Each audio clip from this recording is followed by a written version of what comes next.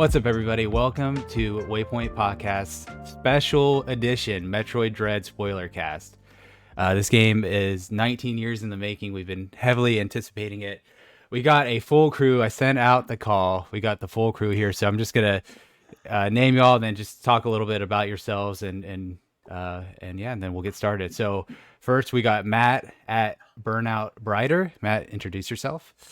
Hey, yeah, thanks for having me. Super stoked to be here. I'm Matt. I'm from Burnout Brighter. You can find us on YouTube at Burnout Brighter. We do podcasts and video game, all about video games, mental health, social justice, a whole bunch of stuff. And I'm on Twitter at Burnout_Matt. And I'm super excited to be here. I love the work you guys do, and I'm excited to talk some Metroid. Oh, thank you, man. Thank you. Next up, we got Borzen00. What's up, man? Not much. You might know me. I kind of wrote in every day for a year to kind of find games daily. Just a few times. And then I stream a lot of Destiny 2 on Twitch at Borzen00. And then also do other streams there. And just super excited to talk about one of my favorite genres of all time, let alone series. Let's go, dude. Let's do it. Next up, we got Alec from, is it Waypoint Podcast? Is that where you're from? I think it is, yeah. Hi. And then last but certainly not least, we got Charlie. What's up, man? Thanks for joining, dude. Hey, how y'all doing? All right, so let's get into it. So first up, this is a spoiler-free section. I think it was Austin, right, Alec, that was like, please do a spoiler-free section. And I was like, oh yeah, I guess the game came out a week ago. Probably should give that caveat. So and we're just gonna go through some spoiler-free impressions here. But first off, I wanted to ask all of you guys, what is your history with the Metroid franchise? So I'm gonna loop back to Charlie, back around. So Charlie, what's your history with Metroid, man? Honestly, it's not very long. It started like I think most people with playing Samus in Smash, and she's actually my main to this day. Love playing her in Smash, and I think maybe I was like 15 or something. This is during the Wii U era. My aunt gave me an eShop card for my birthday, and I was like, you know what? I'm gonna buy like Super Metroid and F-Zero and check out some of these games that like I don't really know a whole lot about, but they're the characters that I like are from these games. And so that's kind of how I first started. And I don't think I ever rolled credits on Super Metroid until like must have been like 2019 or something like that. So it was a couple years, but it was just one of those games that I like to go in and just kind of mess around in, to just have a lot of fun in. But it then eventually, the Wii U kind of became my Metroid machine. Those of you who still have a Wii U, I'm sure on this podcast know very well that is pretty much the only legal place you can play Fusion, Zero Mission, and so on without spending an exorbitant amount of money on a cartridge. So that's kind of my history. Super Metroid is definitely my favorite. I'm sure that's going to be echoed a lot in the next couple minutes, but I also really like Fusion. I really like Zero Mission, although I don't remember it terribly well, even though I played it pretty recently. So yeah, that's kind of the brief history of Metroid for me. Awesome. Alec, how'd you get introduced to the Metroid franchise? Again, probably the same Smash 64 with Samus. But the first actual Metroid game I played was Fusion. And that's really one of the few. I really haven't played too many of the Metroid series games. So I played a little bit of Super Metroid, and I liked what I played of it, but never actually finished it. But I had Fusion as a kid, and I just love that game. Like, I replayed it right before Dread, and it's like I could tell I played. It's one of those games I played a ton as a kid, because even though I hadn't played it in years, I still remembered pretty much everything. So. Awesome. That's awesome. Borzen, you were telling us about some of your escapades before we were recording, man. Yeah. So how'd you get introduced to Metroid? When Metroid Fusion came out and Prime was actually announced, I used to have a subscription to Nintendo Power.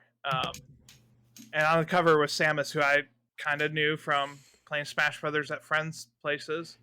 And I had a Game Boy Advance, and I had birthday money. I bought Metroid Fusion, and I just fell in love. And then every summer, my family, we live in Kansas City. We would drive up to Michigan where all of our extended family is, and I just would try to beat Metroid Fusion every time I drove up on the drive, to the point where I could beat it in one go. And then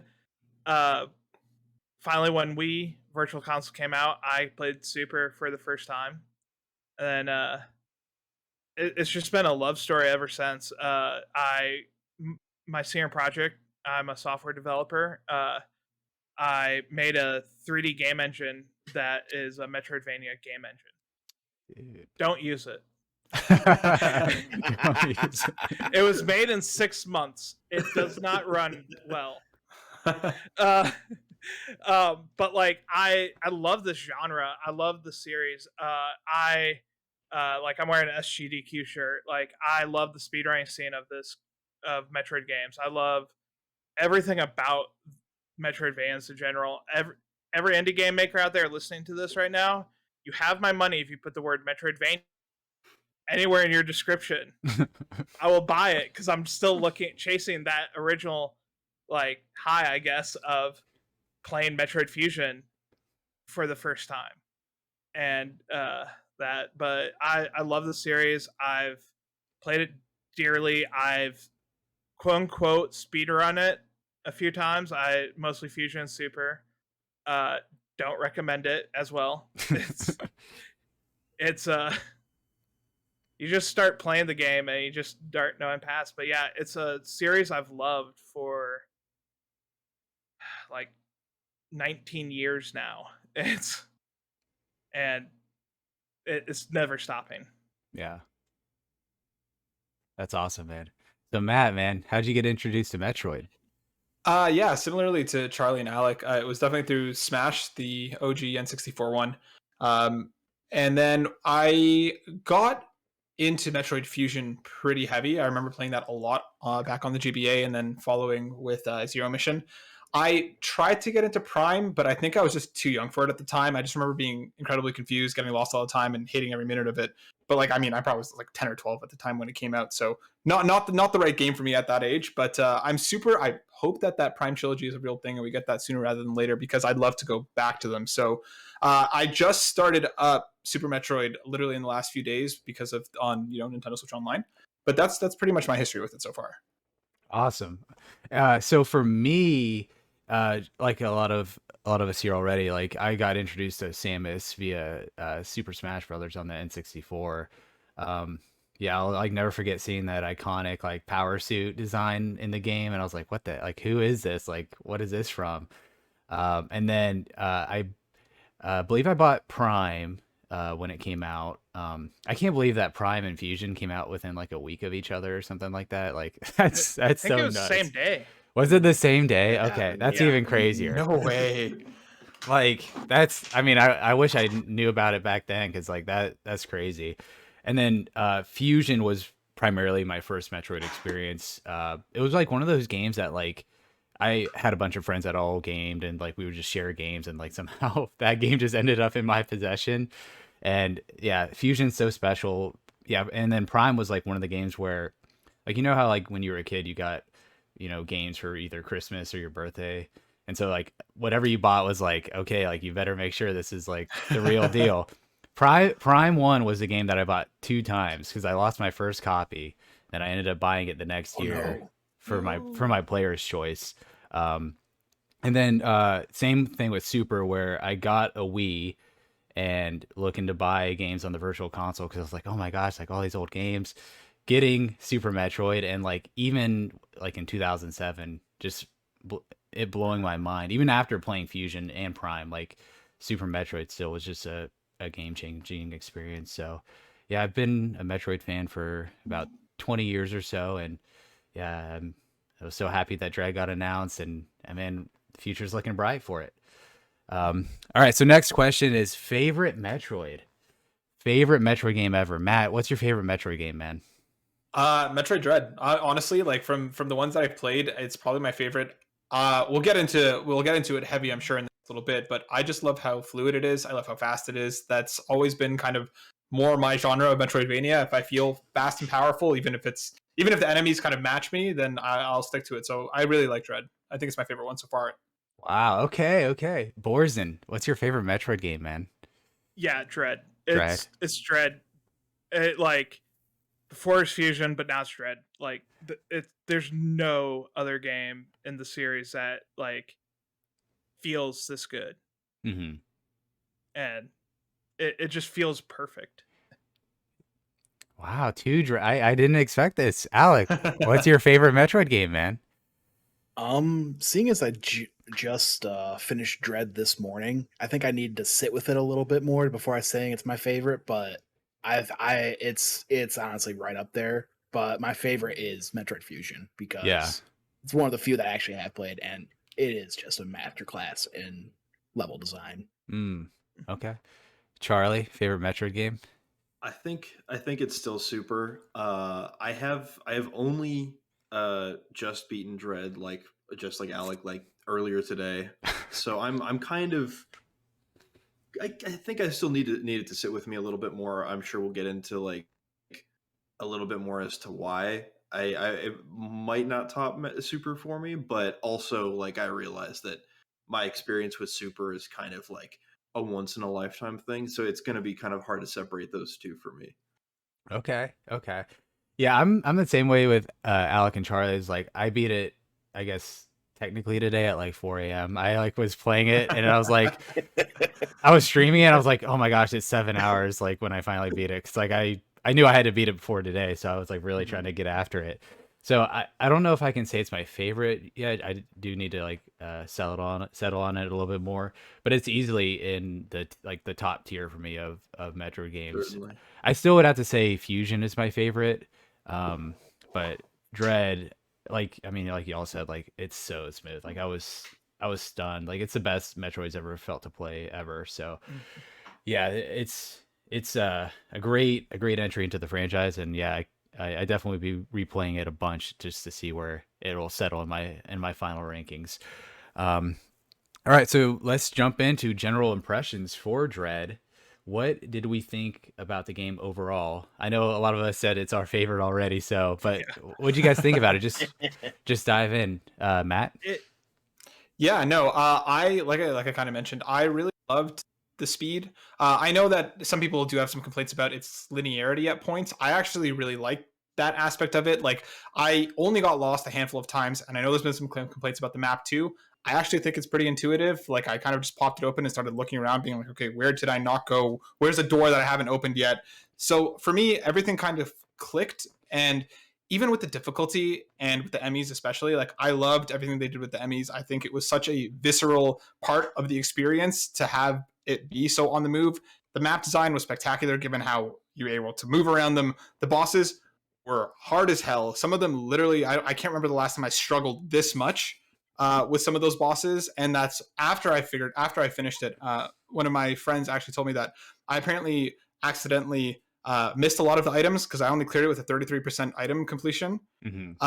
So like he was like, yeah, no wonder you made it harder for yourself. But but while I was playing, I think it's a testament to the way that the game is built.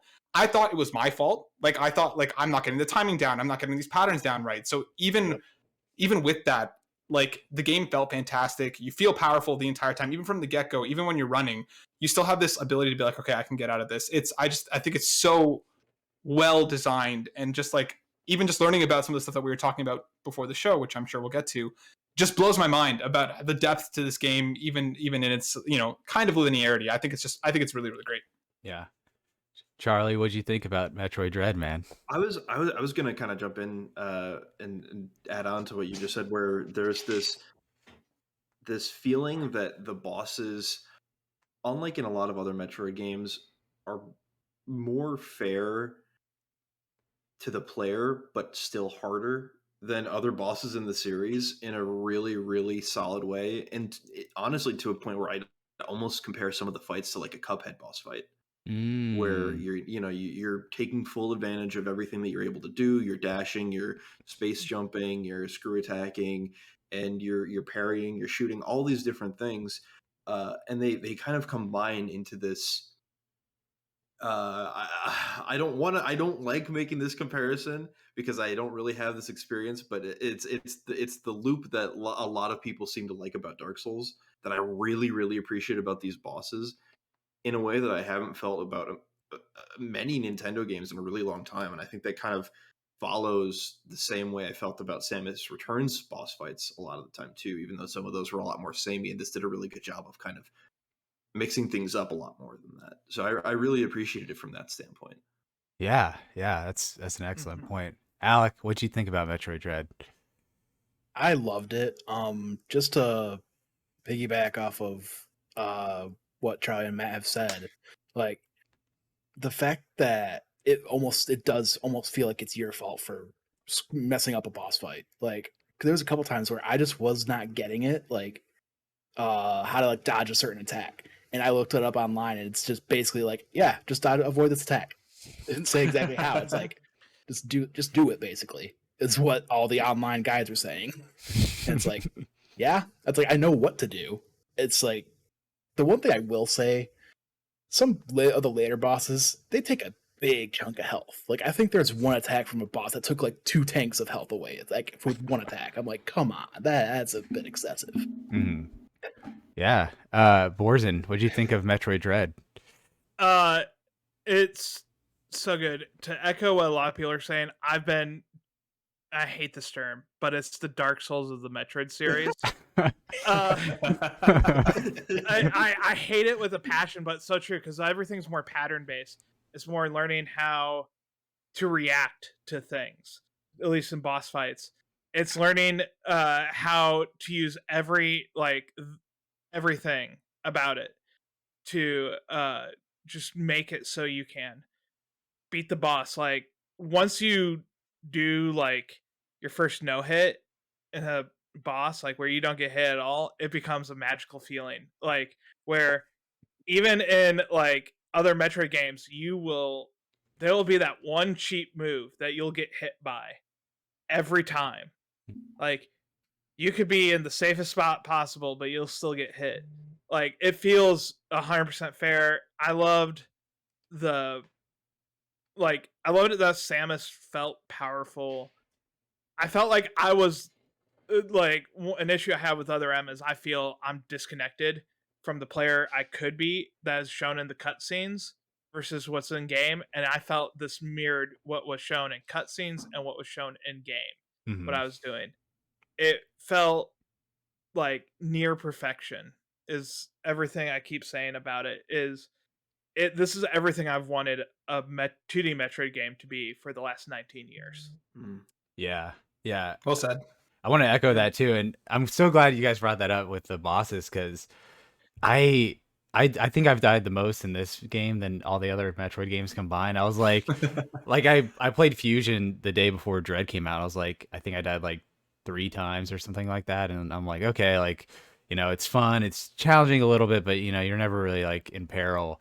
But man, like with the Emmys and a bunch of the boss fights where I just wasn't paying attention, and it's like, boom, you're dead. But yeah, this game, I don't know about you guys, but I was a little nervous when they announced it, just for the sense of this has a lot to live up to. Yep. And it's been 15 years in the making. Yeah. And so like we've been waiting a long time, and Metroid games, Nintendo games just have a high standard to them. And the fact that this game wasn't primarily developed by Nintendo, even though Mercury's team worked on Samus Returns, this, you never know. Like, so the fact that this not only met my high expectations but exceeded them in a lot of ways, I was just so blown away. Like when I beat the game last night at 4 a.m., I was so delirious, but I was still like, this was incredible. Like, I can't believe they did it. Like, they did it. But yeah, this game, I love this game so much. And yeah, like what you said, Borzen, with the mirroring of like the cutscenes and the story with like your actual abilities in gameplay, it was like 1-to-1 completely. Okay, so I'll say it real quick. Mhm. I know we've been talking a lot about gameplay and all that, but this mech theme just looks great too. Oh my yes. God, yeah. Yep. So good. I played on my TV for a majority of it, and it's a 4K TCL not the best of the best, but I thought it looked better than like Deathloop that I just played on my PS5. Whoa. Like, Mm-hmm. like just with its color and everything, and then everything just looked like I could touch it. Yeah, I don't know about you guys. I played pretty much the entire. I played actually the entire game handheld. I picked up the Oh, the wow. the OLED. Right. Yeah, I very rarely dock my Switch, even from before. But playing on the OLED, man, the colors popped. It was beautiful. Like it looked fantastic. Like and I loved playing it handheld. I don't know about you guys, how like what your kind of rough ratio was, but yeah, I did 100% handheld and loved every second. Wow. Yeah. I did 100% docked. Nice. Mine's basically docked. Uh-huh. Yeah, I mine. was go ahead. I was just gonna say that like for me, you know, Metroid's kind of audio design and spectacle is always such a big part of it that playing on a scratch to hell launch edition Switch Yeah. definitely made me want to play on my 4K TV as well. But I also like tried to play in handheld a couple times, but it was always when I was like really tired, so I fell asleep, or I was starting to fall asleep when I was playing it. And that's not a critique of the game, but I feel like I probably would have played more in handheld if I wasn't playing it when I was really tired. But yeah, I pretty much only played it on the TV too. Yeah. Yeah. This game was like I was blown away by how good it looked, especially for the hardware. Like, I don't know, Alec, I don't know if you were in any of my streams, but I took so many screenshots when I was streaming the game. I'm like, I took sorry. a ton too. I'm like, sorry, everybody. I'm screenshotting. Get used to it. Like, it blew me away. And Mercury Steam did this a little bit with Samus Returns, but just like the background visuals, like you're in like this, cavern with all this lava, and you see like rocks stumbling, you see like creatures kind of crawling in and out of the lava and all this stuff. Like it felt like the most alive Metroid world ever. I don't know if that's crazy to say, like comparing it to some of the Prime games, things like that, but yeah, it blew me away. And then next up, the music. What do you guys think about the music in this game, man? Charlie? Sorry, Borzin, if you want to go, it looked like you go. you were gearing up you to want to say jump? something. You want to jump in, Borzin? Yeah, I'm going to be the negative Nancy on the music. No, Okay. I'm with you. I'm with you, Borzin. Yeah, it's not bad. The fact that I can still listen to Super Nintendo and Super Metroids and Fusion's soundtracks to this day, and that there's thousands upon thousands of remixes. Yeah, and they held up. Like, heck, even the Prime music, like the Prime title music is iconic to me. Mm-hmm. I can't tell you like any of the Zone songs in this game. Like, Yeah. I can't. As a musician, I felt like, oh, they're just like there. Yeah. Even like I feel like the staff roll and stuff, which to me is like such an iconic part of every Metroid game. You know, it's like this grandiose kind of optimistic theme that plays at the end of every single one. I can hear Fusions playing in my head. I can hear Super Metroids playing in my head right now. I couldn't tell you what Dread sounds like. It's like it's not a bad soundtrack. It's just kind of a wet fart. Like it's just Yeah, I think it's just more forgettable than anything else. Like I don't think it's particularly bad. I just don't think it stands out in a lot of ways. I would say much more than the soundtrack. I think the sound design is pretty great. The shots off that when Samus fires, the way that the Emmy sound, the way that the sound transitions when you enter an Emmy zone, like I feel like the sound design is quite memorable, and they do a lot of cool little things in there that kind of stay in your memory. While the soundtrack as a whole, I like. If you played me a song from the soundtrack right now, I wouldn't be able to tell you what game it was from. Like that's it was fine. Yep. Yeah, that's a great point, Matt, because I was gonna bring up the Emmy music. Like that sound is burned into my brain, but also the sound design of like certain segments where there is no audio, like where you just hear Samus running through whatever terrain she's in. Yeah. But that is true. Like the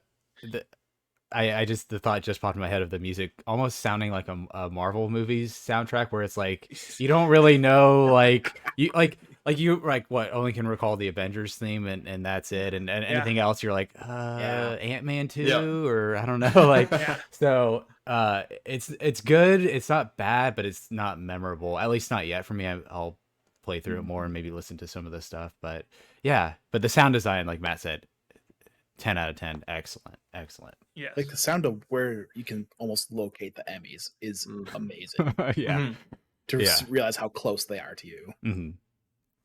Like, I think I had more panic from like the Emmy sound design than I did anything else in the game. Yeah. Like, Oh yeah. Oh yeah. I like, because I streamed my whole first playthrough. Like, there are times where I'm like, you just see me on stream like tense up and like just get ready to run. Hmm. Yeah. And then next up is gameplay. We kind of talked about it a little bit already, but what do you guys think about the gameplay for Metroid Dread? Not only for itself, but comparing it to the 2D Metroid games in the past. Matt? Best in the series. Best in the series. Mm-hmm. Yeah. Yep. Yeah. From what I've played, yeah, I'd agree. Like I said, I really love a Metroidvania that makes you feel powerful from the get-go, even regardless of the surrounding situations. I think what Dread does so well is that even when you're running from the Emmys, I feel like you have a lot of agency, especially that comes down to the way that the maps are designed as well. You can look for certain ways to try and get out of certain situations. Like once you do start collecting, start getting more powerful, you just feel like a badass the entire time. And especially like when you start, without kind of spoiling, but there's certain, when you start taking down certain enemies, like you just feel like this monster. Like it feels fantastic. I love how fast it is, how fluid it is. Like the map zones are pretty massive, but I never felt like they were, just because of how quickly you can move through them. Mm. So I really enjoyed it just because of how well everything kind of fit together. I don't think that there was one mechanic to me that felt out of place. There wasn't a power up that was kind of like, what's the point of this one? I don't really understand why did I get this? Like everything kind of fits together in a way that I feel like you could tell that this was a plan from the start. They weren't kind of like halfway through development. They're like, oh, what would be cool? Like it kind of feels like they had everything that they wanted to do and then they built on it. Mhm. It feels fantastic. Yeah. Yeah, as like I loved Samus Returns, but it's so slow and sections with having to do counters and all this stuff. Where this everything feels more fluid. It feels like you are designed to move from one section to the next. You're designed. It is I feel even just as linear as Fusion, at least on that first playthrough, where you are being shoved, but it's not designed that, it's not told to you that way. It's not told to you to be a linear. It's told to you to go just explore things. And that's what I think makes it the best in the series. Is it's like, hey, we're going to give you these tools every time. How are you going to use them? Like, yeah. Yeah, I think, kind of the idea of tools being given to make exploration more interesting or easier or what have you, is kind of the thing that always makes Metroid one of the most interesting franchises to be still in 2 dimensions. And I think that this game in particular really does a great job of almost bringing it to the level of like a fighting game or an action game in terms of just how many things it allows you to do. I mean, uh, I think that the gameplay, among a few other things in this game, are kind of a proof of concept of Other M in some ways. Like, I think Other M was supposed to be this like character action game, it was supposed to be like almost like a DMC or a Bayonetta but with Samus, and it feels like this could still fit that bill in a lot of ways. Outside of the cinematic stuff, which I think is also really impressive, it feels like you're running around as an action game character, not as just a character with a gun, Mhm. which I really, really loved. Yeah. Yeah, I feel like. Oh, sorry. Yeah, I feel like Dread is probably the most anime like the series has ever been, and I say that in the best way possible. I love anime. Yeah. It's like some of those fights are anime as hell, man. Like just the way that everything's popping off and everything's looking. It's so much fun. Mhm. Like not to spoil anything, but like the ending scene to that first boss, like come on. Yeah. Yeah, right. Yeah. That is where I knew I was going to love this game. Yep. Yeah. Oh yeah. Like also I want to shout out making Morph Ball instead double tap down a button. there's only been one other technically canonical Metroid game, AM2R. It's the banned Metroid game that if you know how the internet works, probably find it. And that's the only other Metroid game I've ever played that has a dedicated button for Morph Ball. Mm-hmm. And to have that, like, once I like wrap my brain around that more, it became my most used button. Yeah, because you had to like relearn it, right? Like after 20 years or 35 years technically with Metroid. I still did it so many times this game. Same, I'm yeah. so used to it. I was like trying to hold down twice. I'm like, oh wait, I can just tap L. Yeah, Matt, like you brought up the quickness of the map. Like there were so many times where I'm like, oh, I went the wrong way, or oh, I went to get an upgrade, and I was like, I have to go all the way back here, and then I was there in like 2 minutes from like one half of the like the other side of the zone all the way to like the exact opposite. Yeah. Like it was crazy, like how fast and fluid like traversal was. I also want to bring up the 60 FPS. Like not only like we talked about how the game felt smooth with the frame rate, but like it was beyond that, just like moving around, sliding. I love the slide was incredible. Yes. It might be one of my favorite things of this game easily. And then the power progression too. Like I've always said the power progression in a Metro game is like the best in any video game ever, especially like if you kind of just like main path it, like you're just getting new things left and right that constantly change how you fight enemies and how you like move around the map. And then Borzin 2, you brought up the countering a little bit with Samus Returns.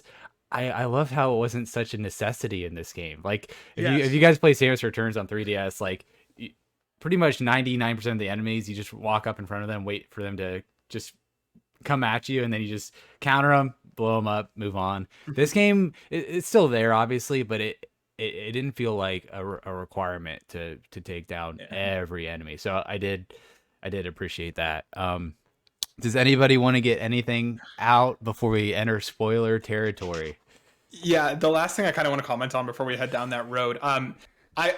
I mean, the Emmys are a very fundamental part of this entire experience, and I already said I love every part of them. The counters, the first time that you pull off an Emmy counter, because the game tells you right from the beginning, they're like, don't do it. You're not going to do it. You have literally a second. Just don't bother. And the first time that you pull it off, and I probably only did it like 5 or 6 times total throughout my entire game, like my entire playthrough.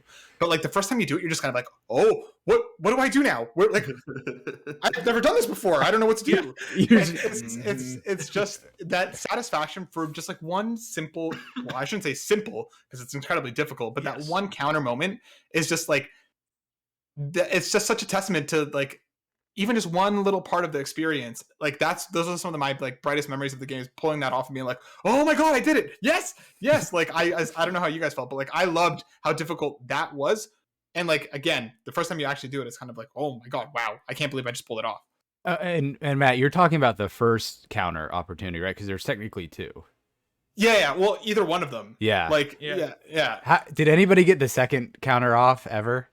Yeah. Twice. Yes, once. One time for me. I was like, out oh of my gosh. all my playthroughs so far, I've only done it once. Yeah. It's a shorter window. Yeah. I think I got the first counter like 3 times and the second counter twice, and that's it. That's it. No more counters against those Emmys. Yeah.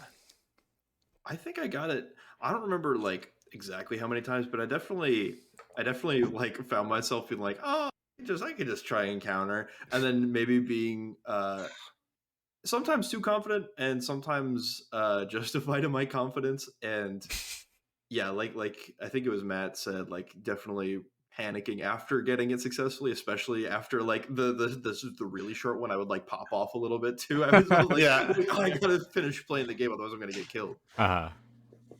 Yeah. When I got the second one off, I was like, okay, what do I do? I was like, hit the pause button quick. I'm like, okay, I go up this way. Okay, boom, out, go. Yeah, I will say before we enter spoilers, just shout out to the checkpoint system in this game. Yes, not having to go back to the save room. Yeah, that was huge because as we've all said, we all died a lot, and so the fact that it just brought you back like 2 seconds before you entered an Emmy zone or a boss fight or whatever, like that was super welcome. But we are entering spoiler territory right now, everybody. So if you have not finished the game, we advise you to please take a step back, pause the video, go beat Metroid Dread, and then resume. But yeah, spoiler warning. We're in it now. Okay, so story. What did we think about the story of Metroid Dread on its own, but also as a continuation of this 35-year saga? I was not expecting the X Really? Yeah, to come back. yeah. As like, so for those of you that don't know the history of Mercury Steam and their stuff with Metroid, the reason they got the Samus Returns job is they pitched a remake of Metroid Fusion to Nintendo. Oh. So when the X showed up, it felt like they came full circle as well. Yeah. That's cool. Yeah. I didn't know So like when X showed up, I just started like every boss room. I was like, okay, who are we fighting? It like, do these X know the X we fought in Fusion? Like, are they going to have? Are they like is one of these gonna be Ridley? Is one of these gonna be? Is one of these gonna be SAX and stuff like Part of me this? kind of wanted the SAX to come back in this. That was honestly like there were a couple like small things about the story that disappointed me. Like I think overall it was, as all Metroid story is, except for like Other M and Federation Force, incredibly well told in its world and in its cutscenes and kind of cinematic nature. But I was a little disappointed by the actual like story itself. Like the beat to beat stuff was so awesome, but I mean, it felt like, if this is the first time we're doing these things, if this is the first time we're turning into a morph ball in 20 years, if this is the first time I'm randomly shooting a wall to figure out where the fuck I'm supposed to go, sorry, in 20 years, I feel like there could have been a little bit more fan service. And like, I really would have loved to fight Ridley. The X, like, very clearly in Fusion, it kind of almost sets it up even that Ridley's going to come back. And you do fight him. But I would have loved to even like in one of those sequences towards the end of the game where the X turns into like that weird prayed homunculus thing. Yes. If that had been Ridley instead of Kraid, I feel like even something like that would have been nice personally. Yeah, I don't know. That's like a pretty small nitpick, but I think overall, like, this was like the only Metroid story that I didn't find myself as invested in until like the twist, really. Okay. One thing I will quick say, I watched one of the Kind of Funny Games casts on it, and Tamor, he said something that like really like clicked with me. Like, they didn't have like those, like how Fusion in the elevators, they would always have that, dialogue or like the line of text of what Samus is thinking. It's like, yeah, that seems a little odd that they kind of didn't have those, like traveling between the zones or stuff like that. It's like, I don't know. To me, it's like, man, that is a really good point. It's like we don't really know what's really going through Samus's mind in this game, like we did in Fusion. Yeah, for myself, I think kind of echoing a bit of what Charlie said. I think it's told very well. I think the cutscenes of the presentation is incredibly. It's a lot of fun to watch. And especially like seeing, Samus's reaction to some of the stuff as they're going on, like it's interesting. But as for myself, I'm not someone who's very steeped into Metroid lore, and like I haven't touched like a Metroid game proper probably since like the GBA GameCube days, just because like I wasn't part of the Wii U era as much. The story for me, I think was fine. Like, it's not particularly like I think just for someone who's might be trying to come into the franchise for the first time, which we're seeing a lot of that with Switch, people joining old Nintendo franchises for the first time. I think it was well told. I think it was fun, and I think, but I don't think it was like mind blowing. There wasn't a moment in the game that I was like, oh my god, did that really just happen? Like, there were a couple of moments I was like, okay, that's really cool, but it didn't blow me away personally. But that's just because, like I said, I'm not as steeped into Metroid lore, but just from a kind of almost like an outsider coming to the franchise for the first time in a while, I think it was really well told. It was fun to watch. Yeah. I feel they had hints of a lot of that deeper lore, because as somebody who played every Metroid game since like ever, and like has read translations of the Japanese Zero Mission manga and stuff like this, there's a lot of really cool things in this game for me. But they couldn't explain it without having these massive dialogue sections to explain, like, hey, Samus had a Chozo blood infusion, and he snuck in his blood, like, and explaining that without having they have that 30-second picture, but like that's a really confusing way to end this game. Right. Stuff like this. Yeah. And then like also to have it where like have like all these different like just this dialogue dump on like the Chozo and people going like, well, why is this important to the series? Like coming to it like they made it as quick as they humanly could.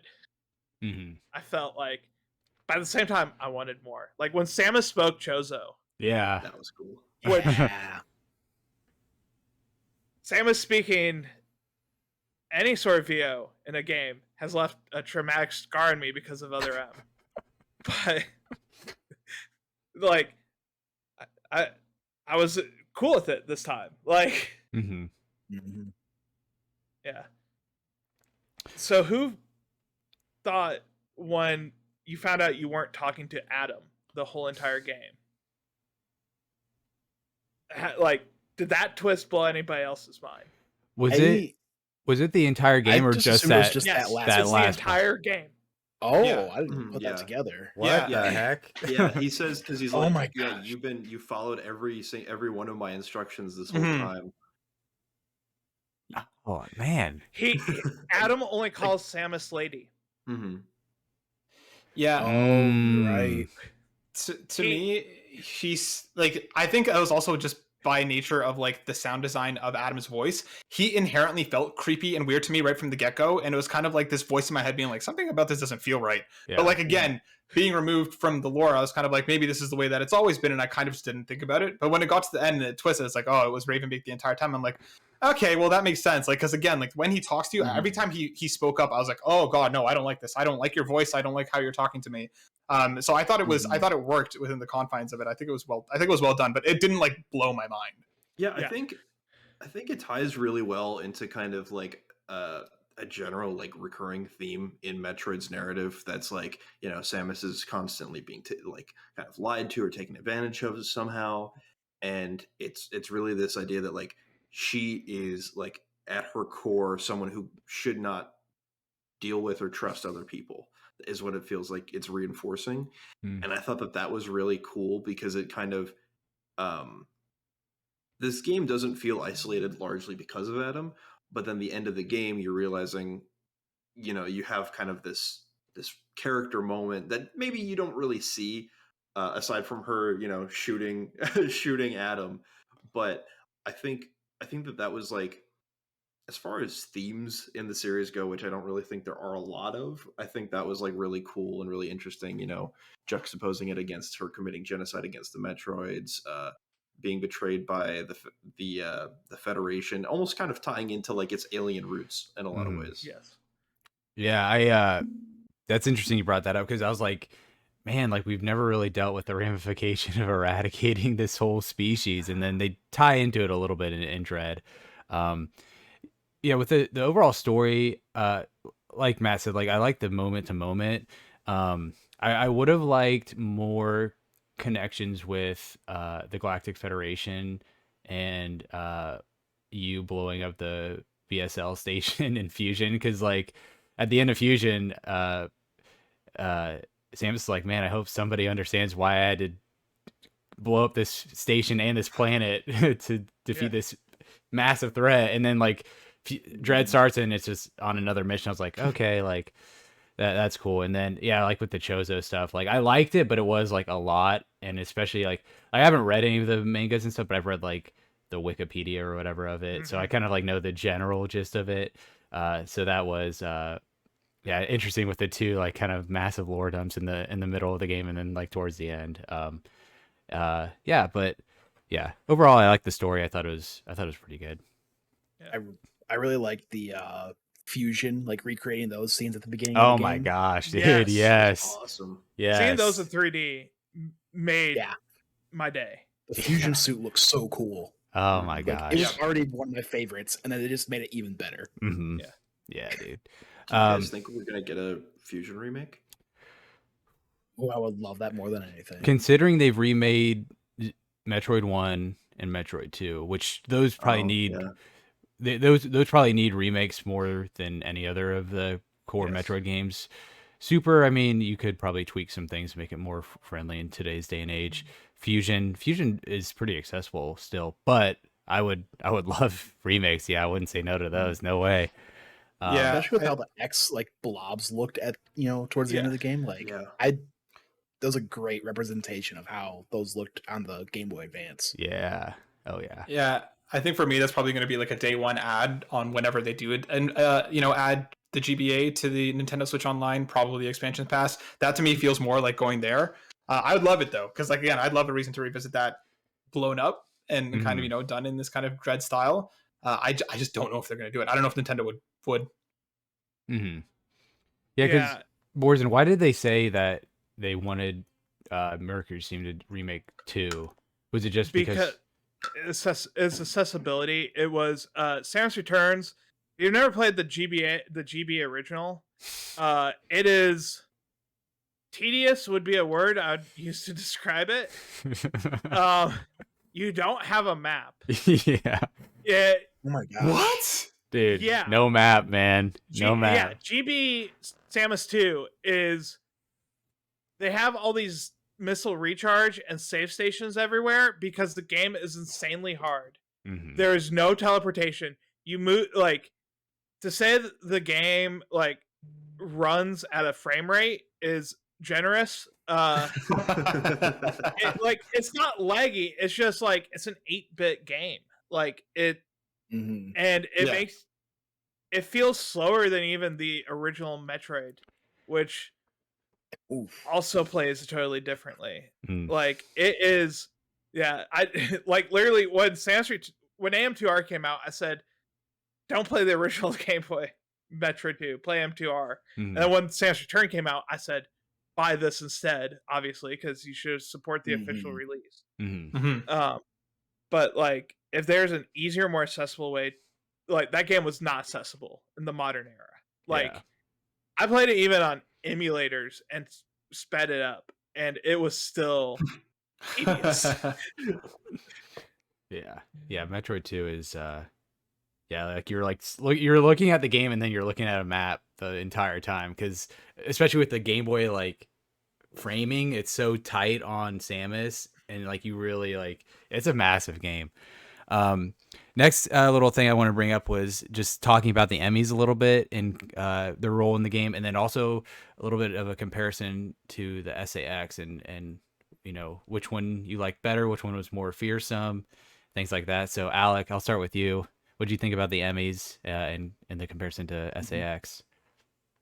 Honestly, I thought it was the perfect evolution from the SAX, just because the SAX, like, you feared it and all that, but it didn't insta kill you.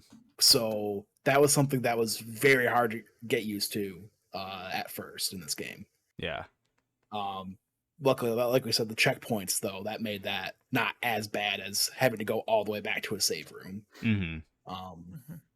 But man, they were just we did say the music, while not quite as memorable during the Emmy zones, like it gave you that fear, like anxiety, you like needing to get away from that. So, yeah, I really like this evolution to the Emmys. Charlie? Yeah, I really like the evolution too. I don't think I liked it as much as the SAX, if only because I think the Emmys kind of operate on this kind of like weird bell curve where they can insta kill you, but you can also escape them much more easily, and you kind of dispatch them much more quickly. Whereas with the SAX, it feels like you're waiting the entire game to be able to even freeze the SAX, right? Getting the ice missiles was like a big deal for these encounters, and even then, it's barely stop. You can barely stop it. And so I think that, thinking about like kind of how they really played with tension the entire time, I think also the fact that that there were Emmy zones instead of just Emmys all throughout, which I think would have been a bad choice. But I think the SAX being in choreographed moments instead, just I still prefer. Also, again, I think it allowed, because it was only one enemy like this for the whole game, it allowed it to be built up a little bit more, especially because it was, they have the close up zoom in shot on the infusion of the SAX with like the empty pupils and everything, and it's kind of built up to be this scary killing force in a way that the Emmy usually are. But I think the fact that I can counter the Emmy and get away fast is kind of what takes away some of that tension for me. That's not to say I didn't like it though. Yeah. Matt, what do you think about the Emmys and their role in the game?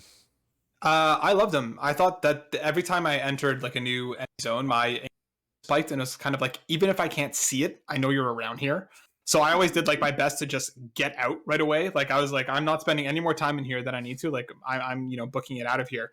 I don't remember the SAX very well because again, it's been quite a while since I played Fusion. But I really liked the Emmys as a whole.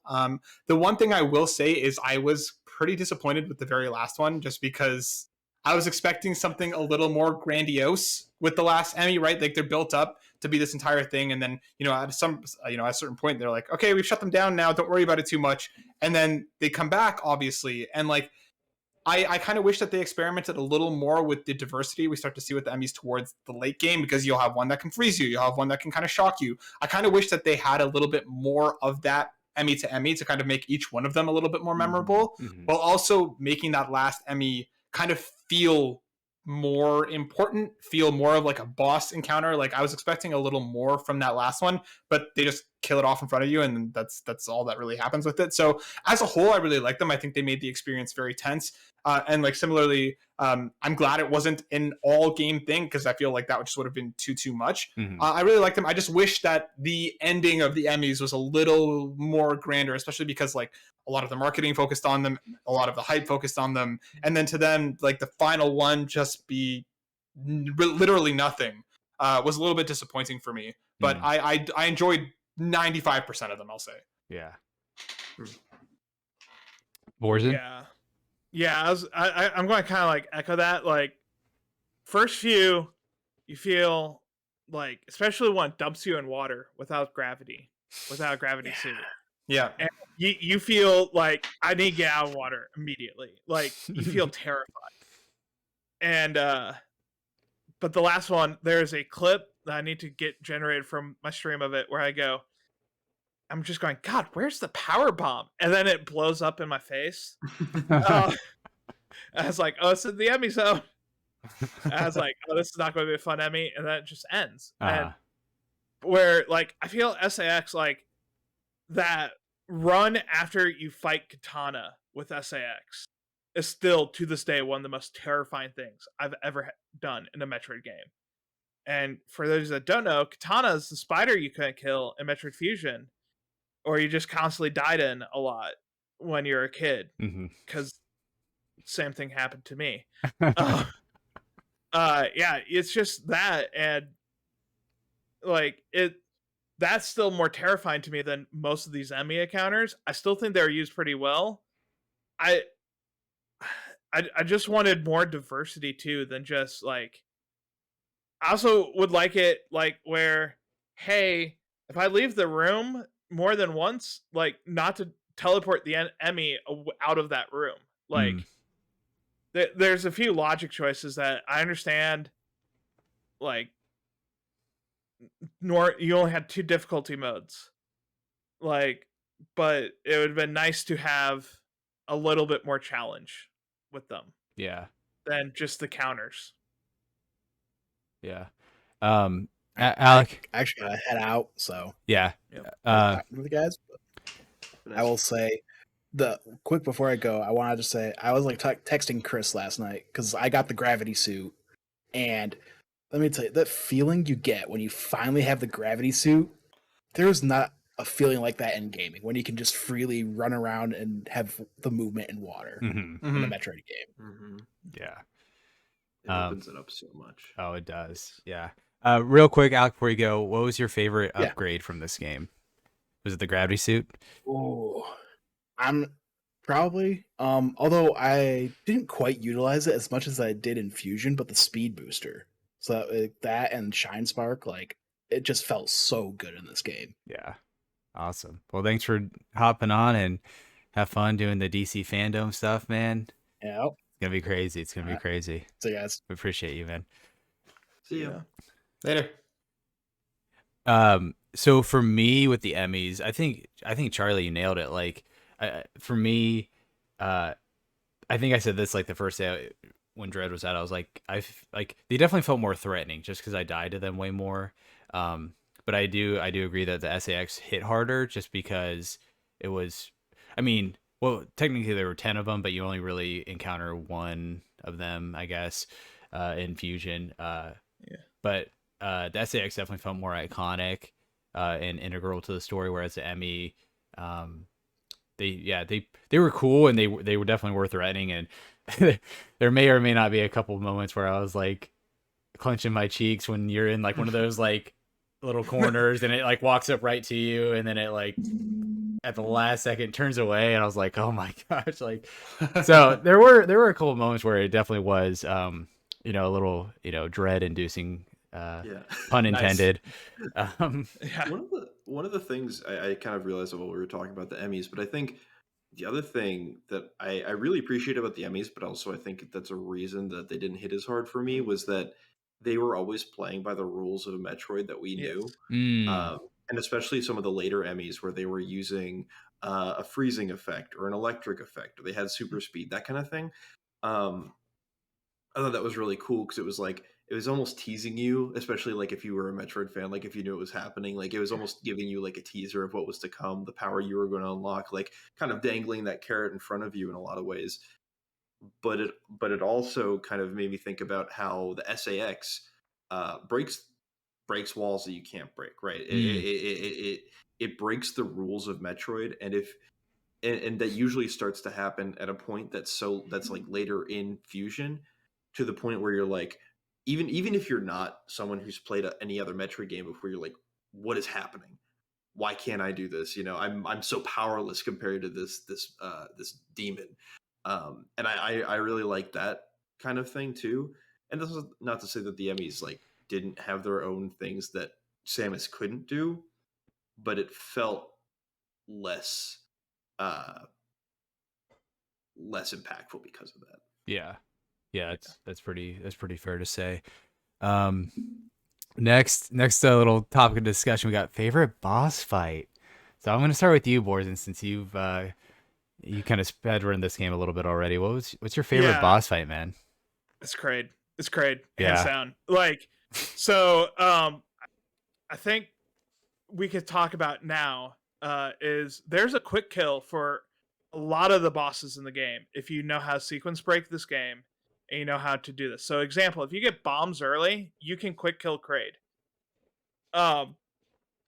There, and it's intended because there's a cutscene that plays. It's not like where your other ones where you're going, hey, I'm quick killing this boss and it's draining my health. No, you bomb once Kraid breaks the platform, you drop down, you bomb on the left, and you go into one of those turbo shoots that shoots you into Kraid's pink belly button, and you just bomb inside there, and then he's dead. Like, it is so fun to do. Like I now don't want to fight that boss the same way anytime. Some of the other quick kills in the game are you can shine spark the experiment. The one that turns on the fans, and that after you dodge everything, you can eventually charge it's on long enough that you can charge a shine spark and shine spark him. It's just long enough of a window, and it'll instantly kill it. Wow. Another one requires you sequence break to get the gravity suit and the screw attack early. After you get the Aeon scan, you can do that, and then when you go fight the swarm missile boss, the one that I'm pretty sure everybody hates on their casual playthrough, that you just screw attack it, and I did it the other day without taking a single hit of damage. on it because you're just constantly screw attacking it. And the hint that gives you in the game is the screw attack's great for enemies coated in electricity. Mm-hmm. Which is it's crazy. Like, these are all intended sequence breaks. These are not like, and I think that's what makes Kraid so fun. Is that was the first one I saw the experiment one. I was like, oh, I don't think I could do that. But then I saw the Kraid one. I was like, I could do that. And I do it every time now. It's so fun. Yeah. It is like, and I think that's what makes it my favorite. Interesting. Yeah, I'll have to pull up that cutscene because that sounds insane. Matt, what was your favorite boss fight, dude? I was thinking a lot about this and looking back. Ravenbeak is probably my favorite boss, just because I think it's one of the most memorable final boss fights I've had in some time. And especially because, like, talking, as Borzin was saying earlier, I got to the point with Ravenbeak where I probably went against, and like, it's funny because the game clock doesn't reflect this, but I probably went at him for a solid 2 to 3 hours, like, total. Yeah. Just because, again, like, I had 6 E-tanks and like 97 missiles going into that fight. So like, but again, like, I felt like it was my fault. Like, I wasn't playing the boss properly. I got to the point where I could go through the entire first phase without taking a hit. And then the second phase would just melt me. I couldn't get around it, and I couldn't figure out why. And it wasn't until I was kind of like, how do I get around? He starts shooting all those he starts peppering all those beams at you almost relentlessly. And I'm like, what the hell? How am I supposed to get around this? And then it clicked. I was like, I can jump over him. Yeah. And it was just one of those moments where I was like, oh my God, why didn't I not think about this 2 hours ago? And then again, still fine-tuning it and getting it down right was, it took a lot of effort. But then, like, once you get to that, third phase, and then just a very simple, I wouldn't even call it a fourth phase, but just the way that everything evolves throughout that fight, the way that you're able to kind of figure it out and kind of, get in and out, how anime it is with him, like, throwing you around, like the forced counters at points. It's so much fun from beginning to end, and especially once it clicks. Because the first few rounds, I was kind of like, I hate this guy with all my heart. I hope I never fight him again. And then you're kind of being like, all right, well, if I do this, I can get around it this way. If I spend more time in the air, then I can buy myself a couple more seconds on the ground to get a couple more shots in. And the way that you can kind of start to figure it out just is so satisfying. Like, Ravenbeak is, I hate him, but at the same time, like, I love to hate him because of just like how much fun I had at that boss fight by the time I actually finally beat him. And he was for me, very memorable. Yeah.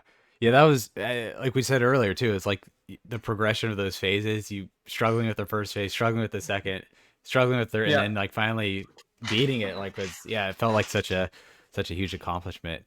Charlie, what was your favorite boss fight, man? I think it was Ravenbeak. Ravenbeak. I also really loved the first boss. I don't remember its name, but I love the first boss, and then eventually it's like reincarnation too. As like the X version of it. But yeah, I was blown away by Ravenbeak.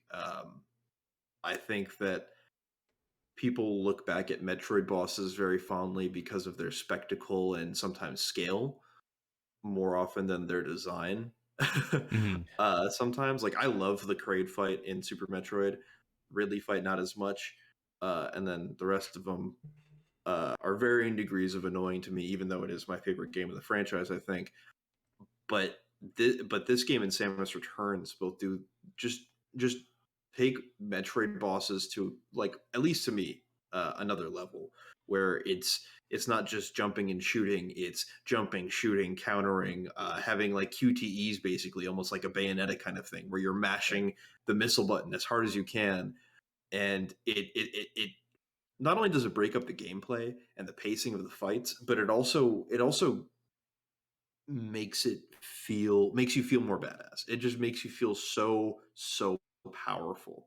And I think Ravenbeak in many ways is the pinnacle of that. And he even has so much like personality in the fight that I feel like we're not always able to see in these like big monsters that are, taking up the entire screen, where he's just a guy. He's standing there, he's like taunting at you, he's like, hey, come on, like, and then he crosses his arms and stuff. We don't see that in Metroid. I mean, the only other boss that we fought that was like on that scale was the SAX, and then that doesn't have any personality. It's just a soulless parasite masquerading as Samus. And so I really, really appreciated that about Ravenbeak. But the Yeah. first boss also, I forget, I think it was Borson who said this, where it was a moment, it was like the moment where I was like, okay, this is it. Metroid is here. And Mhm. it's new. It's an innovation, but it's Mhm. Metroid. Oh yeah, the cinematography. I think I'm looking at the list here of bosses. Corpius is the first boss. Uh, but like, I mean, kind of like going back to an earlier topic, just like the cinematography of this game, like the angles and the cuts and just like this version of Samus, the countering, yeah, like going through the tail and stuff like, yeah, incredible. I won't say Ravenbeak just because even though Ravenbeak probably is a culmination of all these elements of Metroid Dread that make this game great, but I will go with it's called Experiment Number Z57, which I think is the X version of Corpius. Not only the fact that it came back again, but it's also this X version of this monster that you've already fought, and just I love the because Fusion is, you know, a 20-year-old game and it was on the GBA. I love seeing like more visual differences with X creatures, X versions of the creatures that we came across in this game. But yeah, the boss fight was so freaking fun to fight and with this guy, and yeah, the cinematography when you finally take it down and like shoot into the lava was so freaking cool. Like that was probably my favorite boss fight for sure. And then next topic is favorite upgrade. What was your favorite upgrade in Metroid Dread? Morph ball, because it took 3. It was not the first thing you got. Right? That was kind of crazy, dude. I was like, where's the I- Morphball at? I legit was just like, if you watch my stream, I'm like, where's Morph ball? Like every time I started, I would like go into an area, I'd just go left, Mhm. just hoping it was there. Mhm. Okay, so we got But Morphball for Borzen. yeah, Yeah, what were you gonna say? yeah, it's more the moment of it than anything else. Like it just that. But special also shout out to the slide. The slide. Okay. It feels like the Leviathan Axe in God of War. Like it's that level of feeling that you get when you pull it off just right. You are like you feel way more powerful than you should ever be. Yeah. The slide too, like I brought it up before, but like sliding under enemies when they let you do that, I was like, I was like, this is freaking incredible. Like it's easily one of the best parts of this game. Charlie, what was your favorite upgrade, dude? That's it's so hard. I love all of them so much. Mhm. You know, the gravity suit opens up the world in ways that we didn't expect. The grapple beam is kind of this like honestly one of the most interesting changes to the Metroid formula we've seen in a long time. The Mhm. slide is awesome. Love a good slide in a 2D game. But I think for me, my favorite, I mean, outside of, you know, the counter as well, I Mm. really liked. I think my favorite was probably the charge shot. And it's kind of a weird thing for me because it's just it's not necessarily because of how it is in the game, because I think there's no power that you get that feels bad aside from maybe the space jump kind of pissed me off sometimes, but like the charge shot has this unique feeling for me, and I think I'm biased just because I love charge shots in general, but I think the charge shot was it for me. I mean, even um you know, as like a competitive Smash player, like that move is kind of ingrained in my vision of Samus, and so Uh-huh. getting to see her like in the first boss whose name I've already forgotten, Corpius. with Corpius in the Corpius boss fight, you know, when you first defeat him, and the camera is like focused on Corpius, and then it like kind of the focus changes. And Samus is in the background, and she's charging this attack up. To me, it feels so um, as necessary to the character as the Morph Ball, and as just a character that I'm so attached to. I just am always so excited to just run through an area, just holding my charge, waiting to use it. Um, But yeah, I think it's the charge shot. I don't know. I loved every upgrade in the game. Yeah, it's hard to pick. And dude, the charge shot looks so freaking cool in this game. Like, I don't know what about the visual element of it, but also and they tell you to do this too, but like holding your charge shot and jumping, like you actually see this like almost like a screw attack, like wave of energy go around Samus. And I was like, oh, this is cool, because previously it was just like you'd kind of like glow or whatever, like in some of the older Metroid games. And so it looked freaking awesome. That's a great pick, dude. So Matt, what was your favorite upgrade from this game, dude? I also got to echo the gravity suit, but I think my favorite actually was the grapple beam, just because of how much I feel like it changed movement. Like even being able like to like on the run and quickly pop it up, shoot it off onto one of the walls and like zip up there. I felt like it made her almost feel like Spider-Man in a way. Just because like there are points where you're just like literally swinging from point to point.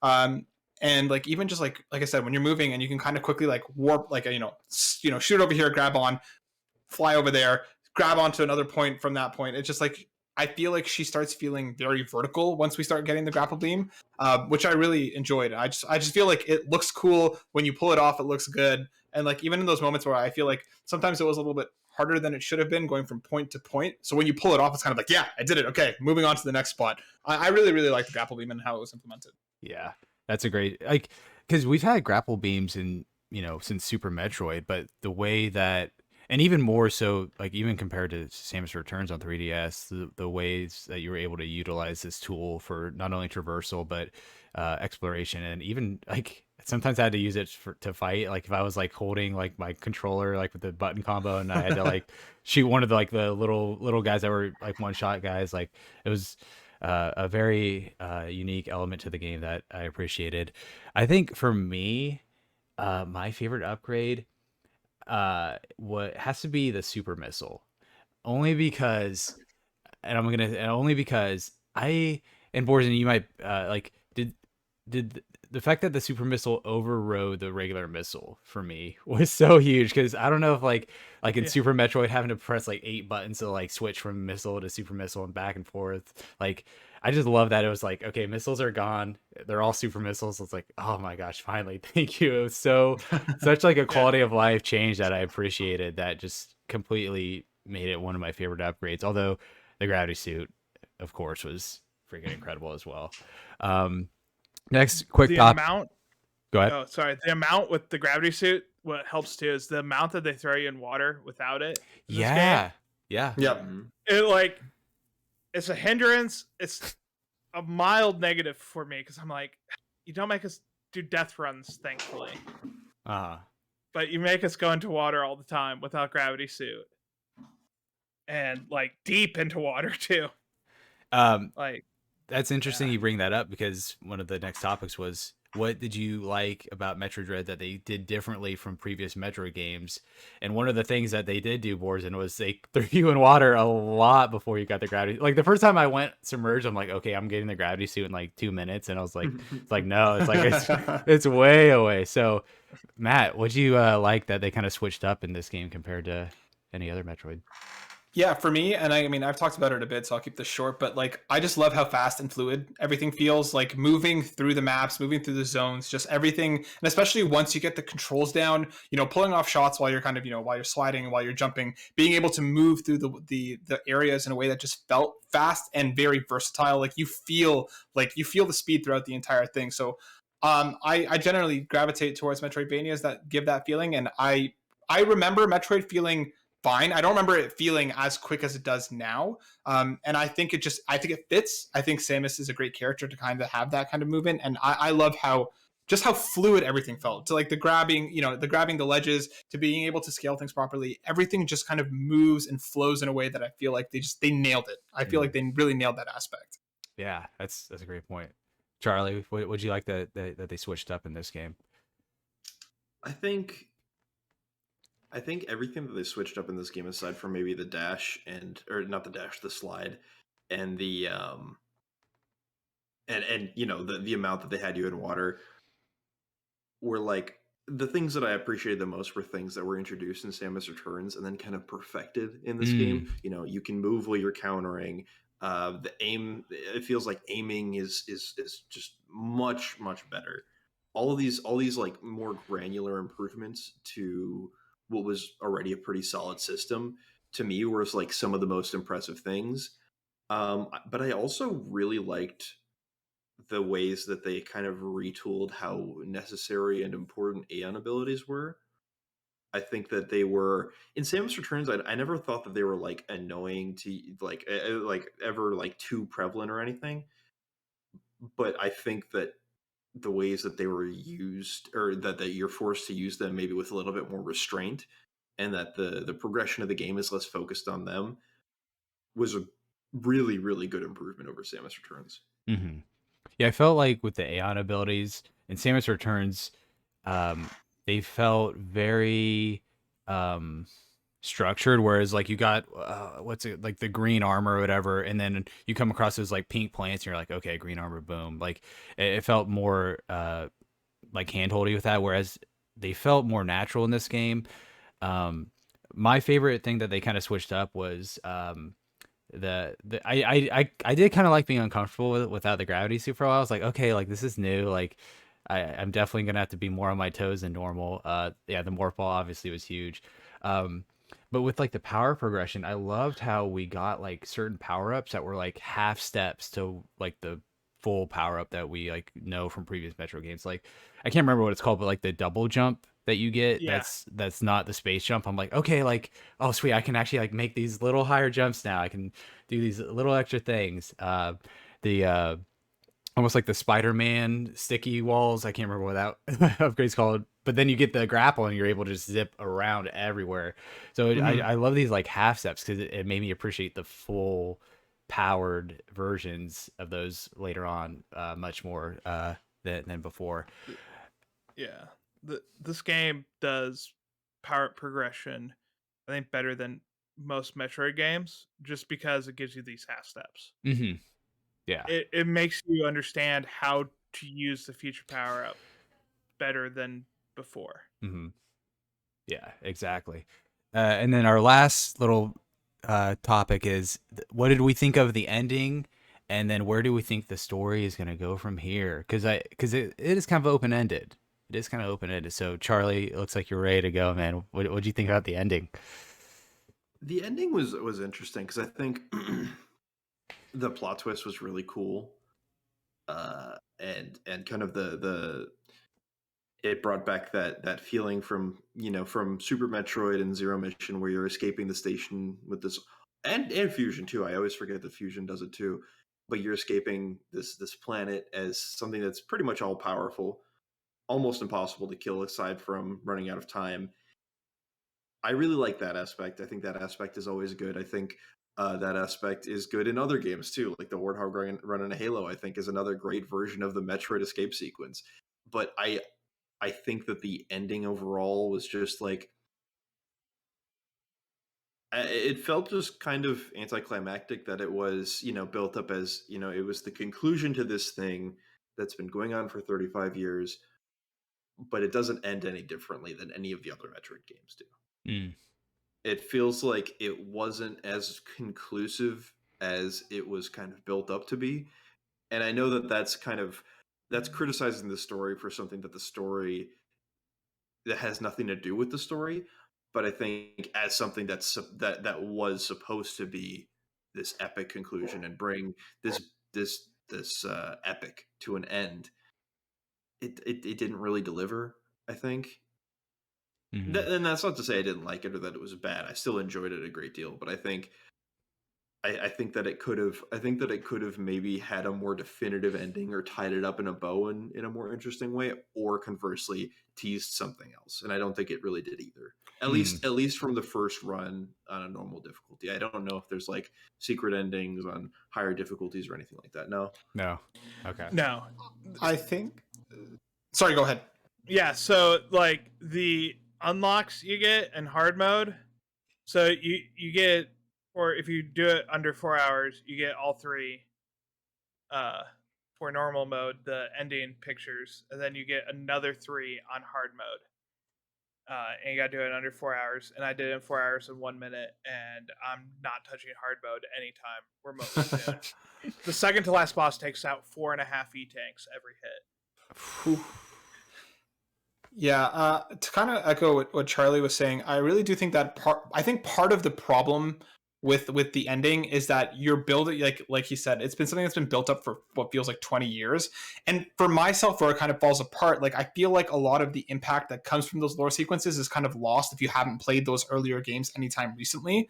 Like it's been a long time. There's been a lot of hype built up. There's been a lot of fan theories. There's been a lot of everything, surrounding this game for so long now that I feel it has almost like an impossible Herculean task to kind of live up to all of these expectations. And in a lot of ways, the game does. But I think the ending, for someone who, again, doesn't remember as much of the lore, doesn't remember a lot of what's happened, hasn't played them recently, when I feel like those bigger moments kind of get lost on me as a player, because I'm like, oh, she turned into a Metroid. Like, that's cool. That's in the name. Like, for me, like, that impact isn't really there. And the game doesn't make it feel important. And I think that's just because, based on everything that's led you here, I'm sure for longtime fans, it's an incredible moment, right? But like for 20 years ago was the last time I touched the series proper. Like I feel like just that length of time didn't do the ending any favors. I thought the ending was cool. The run was awesome. Like I enjoyed it for what it was, but I don't think it's this like massive spectacle, like this massive ending to, like Charlie was saying, this saga. Like I feel like just by virtue of time and space, it kind of loses that impact as it what it could have been if A, it came out 15 years ago, or B, the other games were available in an easier to play way more recently, kind of thing. Yeah, and I'll say this much: I feel like the ending is the part with the most lore, where it trips over the lore the least. Like the intro and recap for the game are like half of the text in there is proper nouns for things that people don't know. And I think that they could have just left it as this happened in this game. This is what happened. This is like what happened to me as a result, and then just moved on. And I think that it kind of takes too much time in the beginning, and then in every other cutscene where they're spending time talking to any Chozo, really, it feels like it's taking some parts of anime that I maybe don't like too, in the anime style storytelling, if that makes sense. As a quote unquote lore expert, the ending is very steeped in like, I think this is the last game we're going to see Chozo in. Because Samus still, it's not neither confirmed nor denied, but she still has Metroid DNA in her system. She just doesn't have the Malkin DNA that is causing her to become a Metroid anymore. That's what that X did. That which first time I played through it, I didn't understand it. I had to go on the Metroid subreddit to learn that.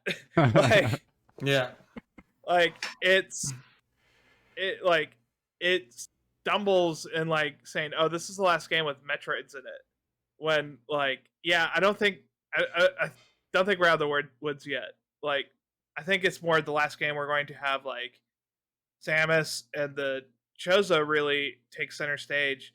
I think what's going to happen next more is Samus versus this hidden agenda inside rogue agents inside the Federation. Because I just watched a video all about how the translation for Other M made that game even more worse. And the localization.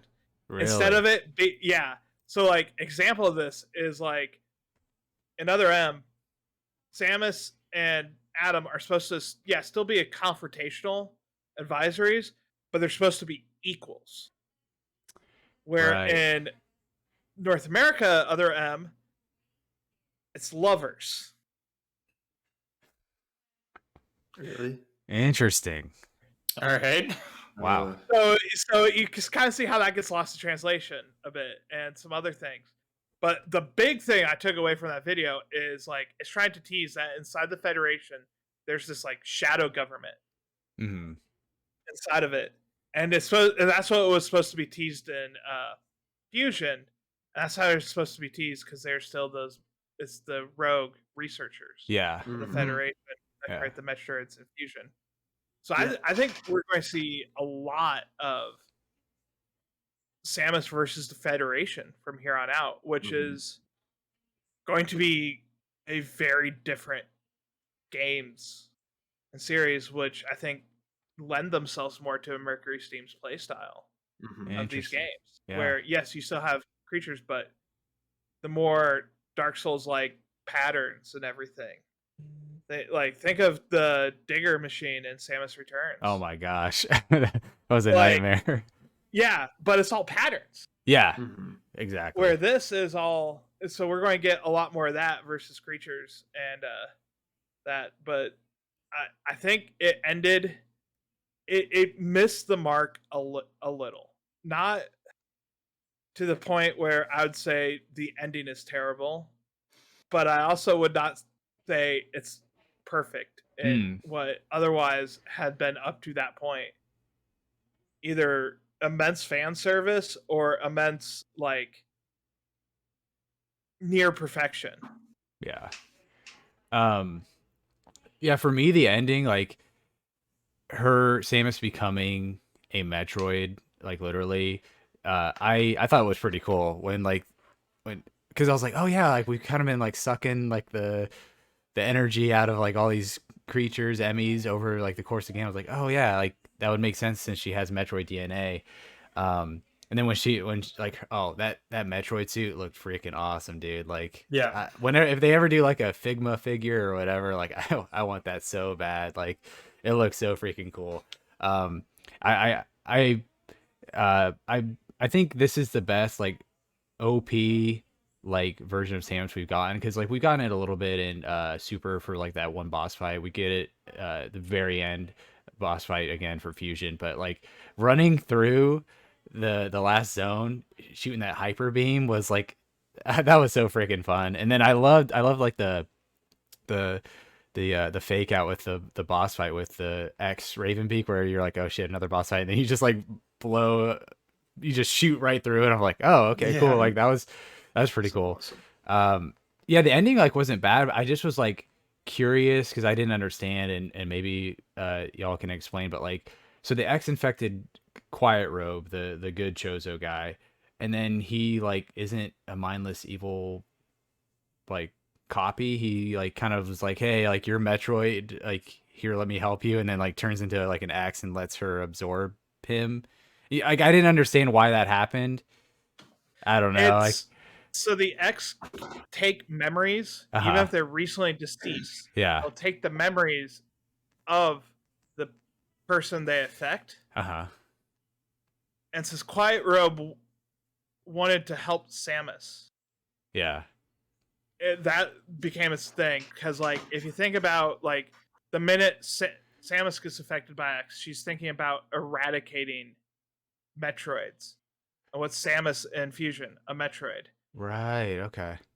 So, like, it's like very subtle and very poorly told. Yeah. So, like, this is another thing. I was literally on the Metroid subreddit and like on the Metroid wiki, like trying to figure out what this meant, because it just turns it into like an X and technically sacrifices itself. Yeah. To genetically modify Samus so she can escape. Yeah. And that's how the last X kills itself. Yeah. Guys, I'm so sorry. I got to tip out. I have something else going on at 8, so I got to tip out. But I just want to say thanks so much for having me. It was an awesome time talking to you guys. I love this game, and I hope we get to make more cool stuff together soon. Yes, thank you, Matt. Sure. Appreciate you, man. Take care, guys.